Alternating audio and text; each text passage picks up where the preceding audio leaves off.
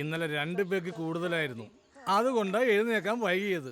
പക്ഷെ ഒരു കാര്യമുണ്ട്, ഞാൻ എത്ര വൈകുന്നോ അത്രയും നേരം നിങ്ങൾക്ക് ജീവനോടെ ഇരിക്കാം.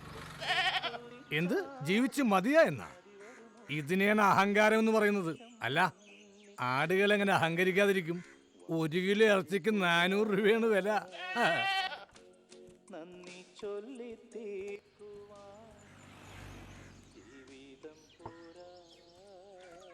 ഇന്ന് സ്വർണത്തിന് എങ്ങനെയുണ്ട്? സ്വർണത്തിന് സുഖം തന്നെ, പനിയും വയറിളക്കം ഒന്നുമില്ല. ഒരു കാര്യം ചോദിച്ചാൽ ഒരിക്കലും മര്യാദയ്ക്ക് ഉത്തരം പറയരുത്. നമ്മുടെ മാധവൻകുട്ടി പഠിപ്പിക്കുന്ന നാടില്ലേ, വട്ടനാത്ര, അവിടെ മോഷണം. കള്ളന്മാർ സ്വർണം മുഴുവൻ കട്ടുകൊണ്ടുപോയി. കണ്ടോ?